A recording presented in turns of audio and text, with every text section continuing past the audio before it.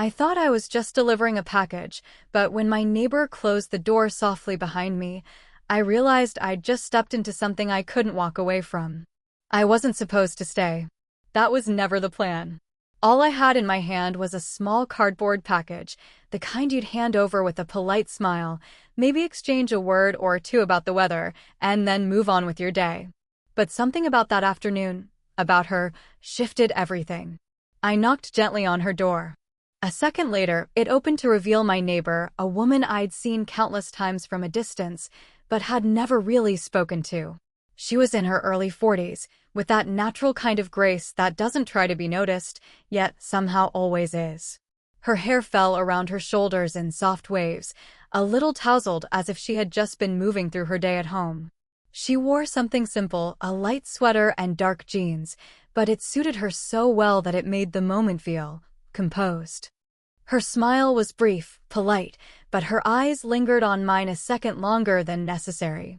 "Oh, you must have grabbed my package by mistake," she said, her voice warm, low, and just a little surprised. I nodded, handing it over. "Yeah, it was left at my door. Thought I'd bring it over." She reached out, fingers brushing mine as she took it, just the faintest graze, but enough to stir something in me. And then, instead of stepping back immediately, she tilted her head, almost as if she were deciding something. "Would you mind just bringing it inside?" she asked softly. "It's heavier than it looks." It wasn't, not really. But I didn't argue. I stepped across her doorway, the threshold of her quiet, sunlit living room, and set the package down where she pointed. That's when it happened, the thing that caught me completely off guard. She closed the door. Not quickly, not with the casual slam of someone eager to be alone again, but slowly, softly, with a kind of intention that wrapped itself around the room. The click of the latch was barely audible, yet it changed everything.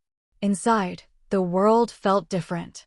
The air smelled faintly of fresh coffee and something floral, maybe a candle she had lit earlier. Sunlight filtered through thin curtains, casting a soft golden haze across the hardwood floor. Her home felt lived in, yet calm, as though it carried her quiet strength in every corner. She moved with an ease that was almost hypnotic. "Sorry," she said, brushing a strand of hair behind her ear. "I didn't mean to trap you in. I just didn't want to leave the door open." But the way she said it, paired with that soft smile, made me wonder if there was more beneath the words. I told myself I was overthinking it, that I was just being polite, standing there in the middle of her living room. And yet, something in my chest stirred, a quickened heartbeat, a question forming in silence. I had delivered a package. That was all. But the moment she closed that door behind me, I realized I had stepped into more than just her home.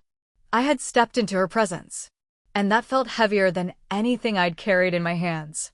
I thought she would thank me, maybe make a little small talk, and then send me on my way. But instead, she hesitated. Her hand lingered on the edge of the package, her eyes flicking from it back to me, as though she was weighing something unspoken. "Would you like some tea?" she asked finally. Her voice was casual, but there was a gentleness in it, almost as though she didn't quite want me to leave yet. For a second, I considered saying no. It was the polite thing, take the hint, step back out, let her enjoy her day in peace. But something in her tone, the way she stood there with her weight shifted slightly onto one foot, expectant but guarded, made it impossible to refuse. "Tea sounds good," I said quietly. Her lips curved into the smallest smile, a smile that seemed to both invite and protect at the same time. She gestured toward the couch. "Please sit. I'll be just a moment." I lowered myself onto the edge of the sofa, trying not to notice how soft the cushions felt, how the faint scent of her perfume clung to the fabric. The room was warm, not just in temperature, but in feeling, the muted hum of the refrigerator in the kitchen, a vase of lilies on the coffee table, a half-read book resting open-faced on the armrest. Little pieces of her life were scattered around me, each one quietly intimate. From the kitchen, I heard the faint clink of a spoon against a teacup, the quiet sound of boiling water being poured. She moved with an easy rhythm, as though she had done this 1,000 times, and yet, somehow, this time mattered differently. When she returned, she carried 2 mugs on a small tray. Steam curled upward, carrying the earthy fragrance of green tea. She set one in front of me and kept the other for herself. Her fingertips brushed mine lightly as she slid the cup across the table, and though it lasted only a second, the touch seemed to spark more warmth than the tea itself. "Careful," she murmured. "It's hot." Her voice was low, soft, almost conspiratorial, as though she were letting me in on a secret. We talked about nothing and about everything. Neighbors, errands, the way the delivery companies always seemed to confuse our doors. She laughed once, shaking her head, and in that moment I saw the faint lines at the corners of her eyes, not as flaws, but as stories, lived years, carried gracefully. She brushed her hair back absent-mindedly as she spoke, tucking it behind her ear. The motion revealed a simple silver earring that caught the sunlight streaming through the window. I shouldn't have noticed, but I did. My gaze lingered a heartbeat too long, and when she caught me looking, she didn't call me out. She simply lowered her eyes, her lips pressing together in something between amusement and acknowledgement. The world outside seemed to fade. No footsteps on the sidewalk, no cars passing by. Just the quiet tick of a clock on the wall and the sound of her sipping tea. I found myself leaning forward without realizing it, as if the space between us was pulling me closer. It wasn't just tea. It wasn't just politeness. Sitting there, warmed by her presence, I began to feel something stirring that had nothing to do with a neighbor's misplaced package. For a while, our conversation stayed light, easy, safe. She asked me about work, and I gave her vague answers. I asked about the neighborhood, and she offered the kind of small observations only someone who had lived here long enough would know. But then, without either of us planning it, the tone shifted. It happened in the small pause between subjects. She set her mug down, staring at the faint ripples inside, as though debating whether to say what was on her mind. When she finally looked up, her eyes carried something softer, something vulnerable. "You know," she began, her voice quieter now. "It gets strange sometimes, living alone. People think it must be peaceful, and it is, but it's also easy to feel invisible." Her words lingered in the air. I didn't interrupt. I just listened. She gave a small, almost self-conscious laugh, shaking her head. "Sorry, that's not exactly neighborly conversation, is it?" I leaned forward slightly, resting my forearms on my knees. "It's honest. Anne, I get it. More than you think." Her gaze lingered on me then, as if weighing whether I really meant it. And something in my tone must have convinced her, because her shoulders eased, and she let out a breath she didn't realize she was holding. She spoke more freely after that about her work, about how people sometimes dismissed her ideas because she didn't fit the image they expected. She talked about the quiet evenings when she'd cook too much food for just herself, and the way the silence afterwards seemed heavier than the meal. She said it lightly, with humor in her tone, but I caught the truth beneath it. There was a moment when she caught herself, biting her lower lip as though realizing how much she had revealed. Her eyes flicked toward the window, anywhere but me. "I don't usually say things like this," she admitted softly. I could have let it slide. But instead, I said, "Maybe you just needed someone to hear it." Her eyes returned to mine then, and for the first time, they didn't carry guarded politeness. They carried trust. That trust settled into the room like a weight, not heavy, but grounding. I felt it in the closeness of our chairs, in the faint warmth of the tea cooling between us, in the way her knee brushed lightly against mine under the table when she shifted in her seat. Neither of us moved away. Her laugh came again, but softer now, almost embarrassed. "You're easy to talk to." I smiled. "And you're easier to listen to than you realize." Her lips curved, and for a fleeting second, the guarded woman I'd first seen at the door seemed to disappear, replaced by someone quietly longing to be understood. I wasn't just sitting with a neighbor anymore. I was sitting with someone who had let me see beneath the surface, someone who had let me glimpse the part of her the world outside rarely got to touch. And that glimpse, small as it was, felt like the beginning of something I couldn't name yet, but didn't want to lose. There's a strange thing that happens when conversation slows. Sometimes silence feels heavy, like an obligation you have to fill. But that afternoon, in her living room, the silence was different. It didn't press on us. It pulled us closer. She leaned back in her chair, one arm draped casually over the cushion, but the way her body angled toward me said more than her posture let on. Her elbow brushed my sleeve as she shifted slightly, and though it was the smallest touch, I felt it like a spark running the length of my arm. The room seemed quieter suddenly, the tick of the wall clock sharper, the sound of her breath almost in sync with mine. I looked at her, and she was already looking at me. Neither of us moved at first. Her gaze wasn't intense, it was steady, lingering, like she was giving me permission to see her in a way most people weren't allowed to. And yet, there was restraint in her too. She smiled faintly, the kind of smile that holds back as much as it offers. It wasn't playful. It wasn't distant. It was something in between, a smile that knew exactly what it was doing, then softened before it gave too much away. I wanted to say something, anything, to break the tension, but the words caught somewhere in my throat. Instead, I found myself leaning forward ever so slightly. The movement was subtle, but the air between us seemed to tighten because of it. She noticed. Of course she did. Her eyes flicked down for the briefest moment, to my lips, maybe, or maybe I only imagined it, before returning to mine. And then, as though reminding herself of some invisible boundary, she lowered her gaze, tucking a strand of hair behind her ear with practiced composure. Her voice, when it came, was softer than before.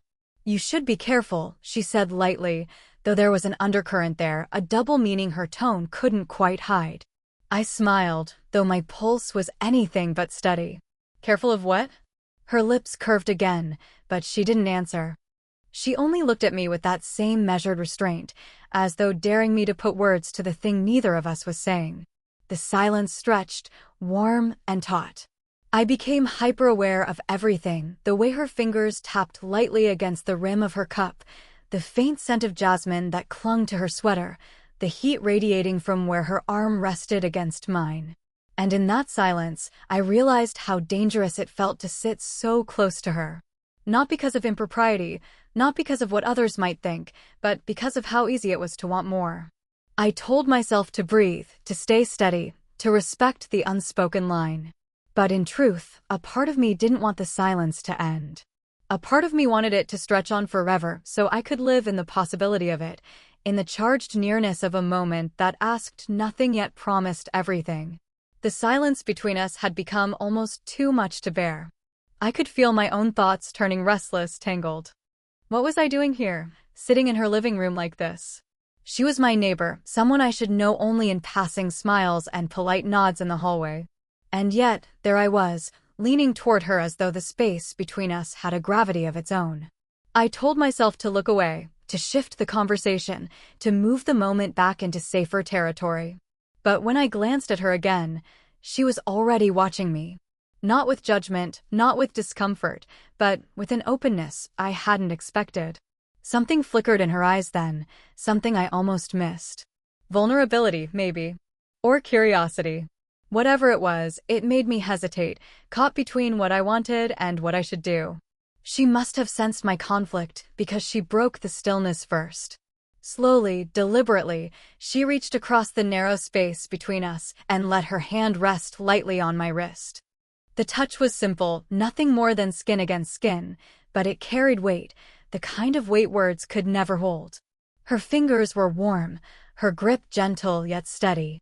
She wasn't holding me there, she was grounding me, as if to say, "It's all right. I feel it too." Her voice came next, soft, almost hesitant. "You're easy to talk to." I swallowed, my throat suddenly dry. It wasn't the words themselves, anyone could say that. It was the way she said them, like a truth she had stumbled upon and wasn't sure she should admit out loud. My eyes dropped to her hand on my wrist. For a moment, I debated whether to move, to step back into safety. But I didn't. Instead, I let the weight of her touch sink into me. "Maybe that's because you've let me see more than most people do," I said quietly. Her lips curved into a faint smile, tinged with both appreciation and something unspoken. She didn't look away. She didn't pull her hand back. The air between us shifted again, warmer, more fragile. I thought about the lines we weren't supposed to cross, the rules that existed only in our heads, but felt just as binding as any law. She was older, more experienced. a neighbor who carried herself with quiet dignity. And me? I was standing on the edge of something I wasn't sure I had the right to want. And yet, her hand stayed. That simple contact seemed to tell me that she, too, was wrestling with the same questions. The clock ticked softly on the wall, but I barely heard it.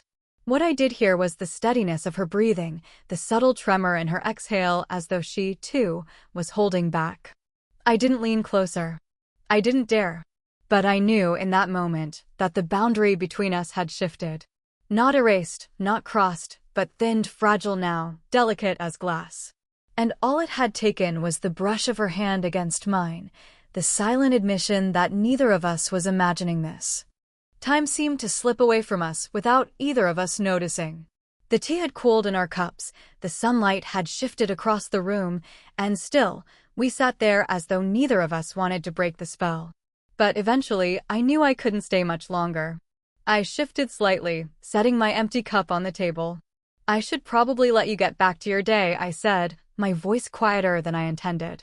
Her lips curved into a polite smile, though there was a faint sadness in it. "Of course," she murmured.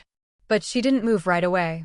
Instead, she rose slowly, smoothing the fabric of her sweater, and walked with me toward the door. Each step felt heavier than it should have, like leaving something behind I wasn't ready to part with. At the doorway, we paused. I rested my hand on the doorknob, but I didn't turn it. She leaned against the frame, her hand braced lightly on the wood, her body angled toward me. The space between us narrowed to just a breath. I could see the soft glow of the hallway light reflecting in her eyes, could hear the faint hitch in her breathing. For a moment, it felt inevitable, as though the world had led us here, to this quiet, fragile pause. Her eyes lifted to mine, holding steady, and the silence thickened again. I thought of stepping closer, of closing that impossible inch that seemed to hum between us. My chest tightened with the weight of it, the desire laced with hesitation. And then her gaze dipped, just briefly, toward my lips. It was quick, so quick I might have convinced myself I imagined it. But the warmth that spread through me said otherwise. I felt my hand tighten around the doorknob, not to open it, but to steady myself. I didn't want to break the moment, yet I was terrified of what might happen if I let it go further. She saved me from the decision. Her voice, when it came, was no louder than a whisper. "Thank you for staying a while." The words were simple, but her tone carried layers, gratitude, restraint, longing she didn't want to name. Her smile trembled, not because she was uncertain of herself, but because she was holding something back. I nodded, my throat too tight for anything more. My free hand twitched at my side, wanting to reach for her, to hold the warmth of her hand one more time. But I stayed still. The silence stretched, taut, and unbroken. She was close enough that I could see the faint curve of her collarbone, the way her pulse flickered just beneath her skin. Close enough that if I leaned forward just an inch, everything would change. But I didn't. And neither did she. Instead, she gave a final, gentle smile, a smile that felt like both an invitation and a boundary, and let her hand fall away from the doorframe. I turned the knob slowly, stepped out into the cool hallway air, and heard the soft click of the door behind me. The same sound I had heard when I first entered, but now it felt impossibly different. The first time, it had pulled me into her world. This time, it left me carrying her with me, even as I walked away. The hallway outside her apartment was cooler, quieter, almost jarringly ordinary compared to the charged stillness I had just left behind. Yet as I stood there for a moment, letting the door close softly behind me, I felt as though I was still inside, still wrapped in her presence. I took a slow breath, my pulse finally beginning to steady. The air smelled faintly of dust and old paint, the same scent it always carried, but I swore I could still catch a trace of jasmine clinging to me, the subtle perfume from her sweater, or maybe just my imagination refusing to let go. Walking down the steps, I realized how different that door sounded now. The first time, when she closed it behind me, it had felt like an invitation, pulling me into a world I hadn't expected. This time, it felt like a promise, or maybe a question left hanging in the air. I should have felt unsettled. She was older, wiser, someone who carried herself with a quiet grace that made me conscious of my own youth. We weren't supposed to share moments like that, the touches, the silences that said more than words. Yet I couldn't shake the truth of it, we had. And it mattered. I glanced back once, half hoping she might have opened the door again, but the hallway remained still. And yet, in some quiet way, I knew she was thinking of me too. The softness in her smile, the way her voice had dipped when she whispered thanks, those weren't the gestures of someone who wanted to forget. As I stepped outside, the evening air wrapped around me, cooler now, tinged with the smell of rain on the horizon. The neighborhood hummed with its usual life, a dog barking in the distance, the faint rumble of a passing car, but none of it touched me. I was still replaying the small details, the brush of her fingers on my wrist, the quiet way her eyes had lingered, the almost moment at the doorway that could have tipped into something more. Maybe it was better that it hadn't. Maybe boundaries mattered. Maybe hesitation was its own form of respect. But even as I told myself that, a deeper part of me knew the story wasn't finished. Something had begun in that silence, something neither of us had dared to name, and once awakened, it couldn't be put back to sleep. I knew tomorrow, when I passed her door, I would think of her. I would remember how the world seemed to shrink to just the two of us, how the air had felt heavier with possibility. And maybe, just maybe, she would be on the other side of that door, remembering too. The future between us wasn't clear. It wasn't safe, and it wasn't simple. But it was there, fragile, waiting, alive. And as I walked home, the warmth of her touch still tingling faintly on my skin, I realized that, even if nothing more ever happened, I would carry this day with me. Because sometimes, it only takes one afternoon, one closed door, one unspoken moment, to change the way you see someone forever.